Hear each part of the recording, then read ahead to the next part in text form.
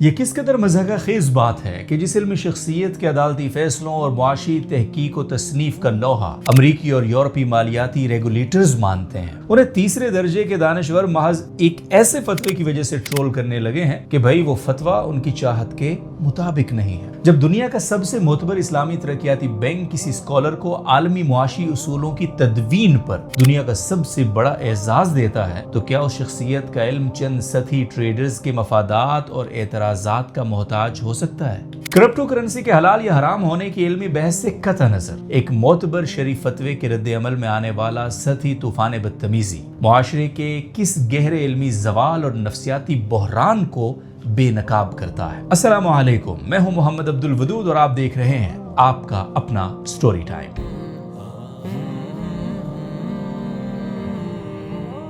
جدید ڈیجیٹل دور میں علمی مباحث کا دائرہ کار سنجیدہ علمی فورمز سے نکل کر سوشل میڈیا کے تبصروں تک محدود ہو چکا ہے۔ چند روز قبل شیخ الاسلام صدر وفاق المدارس العربیہ پاکستان حضرت مفتی محمد تقی عثمانی صاحب کی جانب سے کرپٹو کرنسی کے مروجہ نظام کے حوالے سے عدم جواز کا ایک فتویٰ سامنے آیا تو اس کے رد عمل میں غیر علمی طوفان بپا ہو گیا۔ عوامی سطح پر یہ سطحی الزامات عائد کیے گئے کہ روایتی مذہبی علماء جدید مالیاتی نظام، بلاک چین ٹیکنالوجی اور عالمی معیشت کی حقیقت کو سمجھنے سے بالکل قاصر ہیں اور ان کے فتاویٰ بس حرام حرام اور حرام کی ایک گردان سے زیادہ کچھ نہیں ہے۔ حتیٰ کہ دین بیزار طبقے کی جانب سے اس قدر سطحیت دیکھنے کو ملی کہ اگر کوئی بڑا تاجر انہیں شیئرز یا مالیاتی فوائد فراہم کر دے تو یہ فتوے اور فیصلے تبدیل بھی کر دیں گے۔ اس قسم کے الزامات انتہائی مضحکہ خیز تو ہیں ہی، ساتھ ہی عوام کی اپنی علمی محرومی اور عالمی مالیاتی منظرنامے سے ناواقفیت کا منہ بولتا ثبوت بھی ہے۔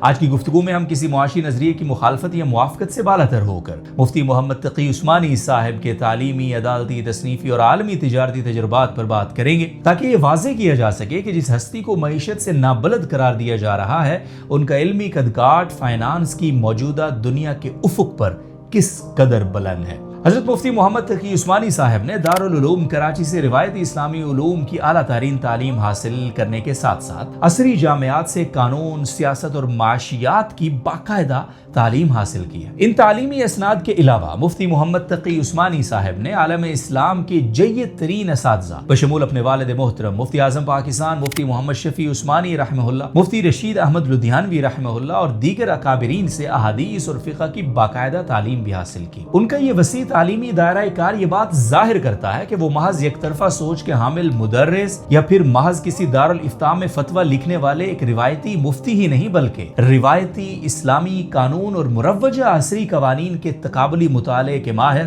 واقعتاً شیخ الاسلام کہلائے جانے کے قابل شخصیت اور عالم اسلام کے ماتھے کا خوبصورت جھومر ہیں۔ مفتی محمد تقی عثمانی صاحب کا عدالتی اور قانونی کیریئر پاکستان کی تاریخ میں انتہائی اہمیت کا حامل رہا ہے۔ آپ 1977 سے 1981 تک اسلامی نظریاتی کونسل کے سرگرم رکن رہے، جہاں آپ نے ملکی قوانین کو اسلامی قالب میں ڈھالنے کی خدمت سر انجام دی۔ 1981 سے 1982 تک شیخ الاسلام مفتی محمد تقی عثمانی صاحب نے وفاقی شرعی عدالت کے معزز جج کی حیثیت سے بھی خدمات سر انجام دیں۔ 1982 سے 2002 تک لگاتار 20 سال وہ سپریم کورٹ آف پاکستان کے شریعت اپیلیٹ بینچ کے معزز جج رہے۔ عدالت عظمیٰ کے جج کی حیثیت سے انہوں نے حدود آرڈیننس، قصاص و دیت اور پاکستان کی پوری معاشی تاریخ کو بدل کر رکھ دینے والے سود کی ممانعت جیسے انتہائی اہم اور تاریخی مقدمات کے فیصلے تحریر کیے۔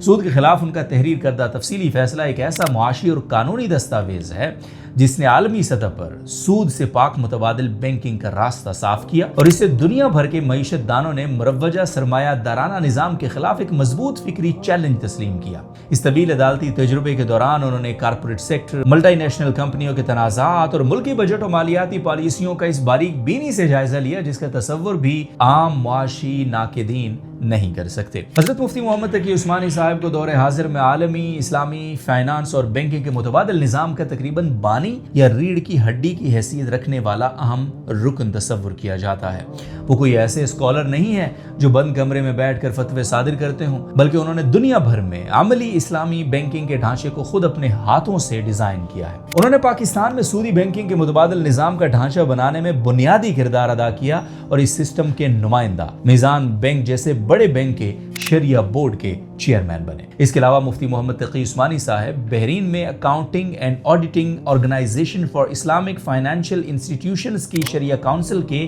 چیئرمین رہے، جس کا مقصد دنیا بھر کے اسلامی بینکوں اور مالیاتی اداروں کے لیے شرعی اور آڈیٹنگ کے معیارات کو قائم کرنا تھا۔ آپ جدہ سعودی عرب میں قائم OIC کے ذیلی ادارے انٹرنیشنل اسلامک فقہ اکیڈمی کے سابق نائب صدر اور مستقل رکن ہے، جس کا مقصد 57 مسلم ممالک کے مابین جدید معاشی، طبی اور سماجی مسائل پر شرعی فیصلوں میں رہنمائی کرنا ہے۔ آپ اسلامک ڈیولپمنٹ بینک جدہ سعودی عرب کے متحدہ شریعہ بورڈ کے ممبر ہیں، جس کا مقصد مسلم ممالک کے مابین ترقیاتی منصوبوں اور بین الحکومتی فائنانسنگ کی شرعی نگرانی کرنا ہے۔ آپ ریاست ہائے متحدہ امریکہ میں موجود گائیڈنس فائنینشیل گروپ کے شریعہ بورڈ کے چیئرمین بھی ہیں، جس کا مقصد مغربی مارکیٹ میں شریعت کے مطابق رہائشی اور تجارتی فائنانسنگ کے ماڈل تیار کرنا ہے۔ اس کے علاوہ معاشی دنیا میں آپ جن اداروں کے ساتھ منسلک رہے ان کی تفصیلات کچھ اس طرح سے ہیں: چیئرمین شریعہ board State Bank of Pakistan, chairman centre of Islamic economics, chairman شریعہ بورڈ ابوظہبی اسلامی بینک، چیئرمین شریعہ بورڈ میزان بینک، چیئرمین شریعہ board international Islamic rating agency Bahrain, chairman شریعہ بورڈ پاک کویت تکافل کراچی، پاک قطر تکافل کراچی، چیئرمین شریعہ board JS investment Islamic funds Pakistan, chairman شریعہ board Arif Habib investment Pakistan, اور اس کے علاوہ بھی ایک طویل فہرست ہے جسے شمار کریں گے تو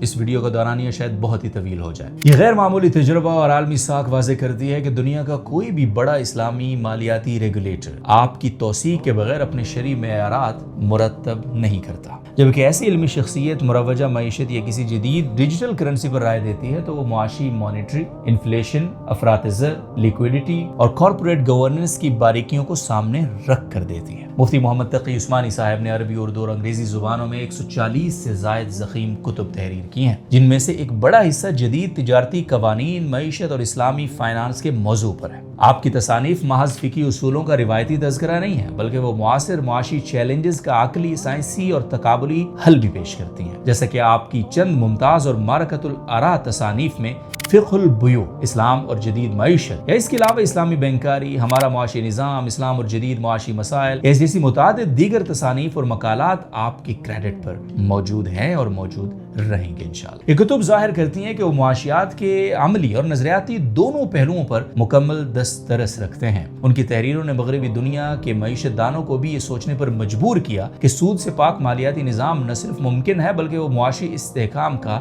حقیقی ضامن بھی بن سکتا ہے۔ دنیا بھر میں ان کی معاشی اور علمی خدمات کے اعتراف میں بے شمار بین الاقوامی اعزازات دیے گئے ہیں، جیسا کہ 2004 میں آپ کو پرنس محمد بن راشد المکتوم ایوارڈ دیا گیا۔ 2010 میں آپ کو وسام الاستقلال ایوارڈ جارڈن، کنگ عبداللہ جو جارڈن کے بادشاہ ہیں، ان کی جانب سے یہ ایوارڈ پیش کیا گیا۔ 2011 میں life time achievement award Islamic business and finance magazine کی طرف سے پیش کیا گیا۔ 2014 میں آپ کو IDP پرائز سے نوازا گیا۔ یہ ایوارڈ انہیں اسلامی بینکاری اور معاشیات کے قواعد و ضوابط کو مرتب کرنے اور عالمی فائنانس میں غیر معمولی تحقیق و دریافت پر دیا گیا۔ اور 2020 میں جارج ٹاؤن یونیورسٹی اردن کے Royal Islamic strategic studies centre کی جانب سے انہیں دنیا بھر کے مسلمانوں میں سب سے زیادہ بااثر علمی اور فکری شخصیت قرار دیا گیا، جبکہ 2020 میں ہی صدر پاکستان کی جانب سے معیشت، قانون اور سماجی خدمات کے میدان میں غیر معمولی کام کرنے پر انہیں ستارہ امتیاز جیسا اعلیٰ سول اعزاز عطا کیا گیا۔ جب ایک ایسی ہستی جس کے معاشی فہم کو دنیا کے سب سے معتبر بین الاقوامی مالیاتی ادارے اور معیشت دان سب سے بڑا اعزاز دیتے ہیں، کسی معاشی معاملے پر اپنی سنجیدہ رائے پیش کرتی ہے تو اس پر معیشت سے نابلد ہونے کا الزام عائد کرنا دراصل الزام لگانے والوں کے اپنے شعوری دیوالیہ پن کی نشاندہی ہے، کیونکہ جو لوگ ان کے مقام و مرتبے سے واقف ہیں،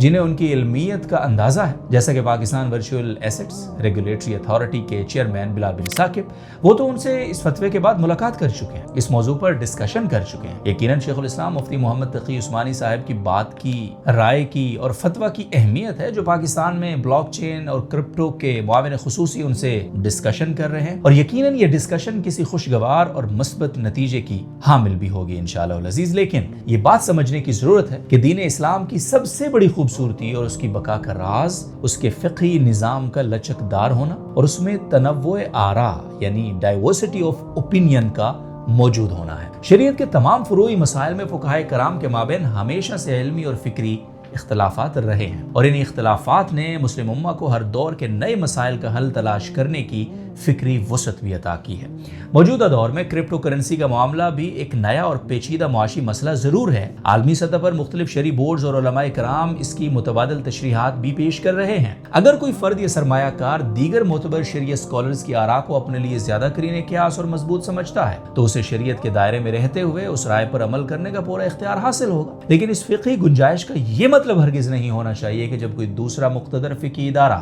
یا جلیل القدر شخصیت اپنی تحقیق کی بنیاد پر ایک الگ رائے پیش کرے تو ان کی تصحیح کی جائے، ان کے کردار پر کیچڑ اچھالا جائے اور ان پر ذاتی حملے شروع کر دیے جائیں۔ کسی بھی مہذب اور علمی معاشرے کی بقا اس بات پہ پوشیدہ ہے کہ وہ اپنے علمی اساسوں کی قدر کرنا سیکھے۔ علمی آراء کا جواب علمی دلائل سے دیا جاتا ہے، نہ کہ سوشل میڈیا پر سطحی الزامات اور طوفانیں بدتمیزی بپا کر کے۔ حضرت مفتی محمد تقی عثمانی صاحب جیسی قداور شخصیات اس امت کا وہ علمی سرمایہ ہے جن کی نظیر صدیوں بعد پیدا ہوتی ہے۔ اختلاف کرنے والے شائستگی، علمی احترام اور دلائل کے دائرے میں رہ کر اپنی بات پیش کر سکتے ہیں، لیکن اپنی من پسند رائے کے مخالف فتویٰ آنے پر اتنے بڑے معاشی اور فکری رہنما کو نشانہ بنانا دراصل اپنے ہی علمی ورثے کی تذلیل اور معاشرتی بگاڑ کا راستہ ہموار کرنا ہے۔ امت کو اس فکری زوال سے نکلنے کے لیے دلائل کے احترام اور اکابرین کے وقار کو ملحوظ خاطر رکھنا ہوگا، کیونکہ جو قومیں اپنے علمی رہنماؤں کا احترام کھو دیتی ہیں ان کی فکری سمت ہمیشہ کے لیے تاریک ہو جاتی ہے۔